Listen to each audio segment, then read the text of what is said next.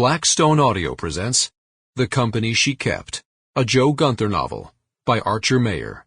This book is read by Tom Taylorson. To Margot, for what you contribute, for what you take in stride, what I feel for you would go well over waffles. Chapter 1. Pull over, Doug. I want to get a shot of this. Uncomplaining, Doug Nielsen checked his mirrors, slowed down shy of the interstate crossover, marked emergency use only, and eased their rig across the empty northbound lane, to the scenic pull-off his wife had indicated.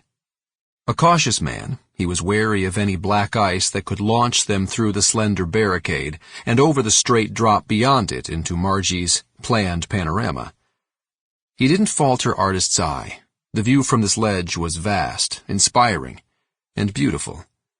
The Connecticut River, far below, lined by glimmering fresh snow, sparkled in the late afternoon sun, which itself was the only object visible in a stark, freezing, ice-blue sky. A few farms stretched out to both sides of the winding river, empty of crops or livestock, until their fields bumped up against the opposing Vermont and New Hampshire foothills. Several homes sported thin plumes of wood smoke from their chimneys, making Doug think of feather quills protruding from toy-sized inkwells.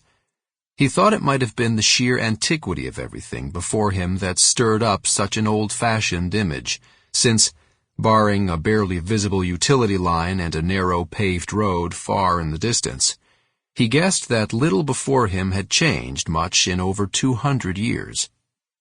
He and Margie had been vacationing for the past week in the Green Mountain State, whose famous mantle had been deeply powdered by a recent spate of snowstorms. This had been good news for them, since they'd driven up from southern New Jersey to exercise the 2 snowmobiles they were now towing back home. There had been trips to New England in the past where the cover had been less than ideal for dedicated so-called sledders, but not this time. This visit had been perfect. Doug rolled to a stop and they both got out, the cold air tingling their nostrils and biting the backs of their throats. The lot was deserted, which suited him fine, considering the combined length of his car and trailer. He'd been able to ignore the row of parking spaces hashed into the cleared asphalt and simply park alongside the barricade. Isn't this incredible? His wife asked, pulling out her smartphone.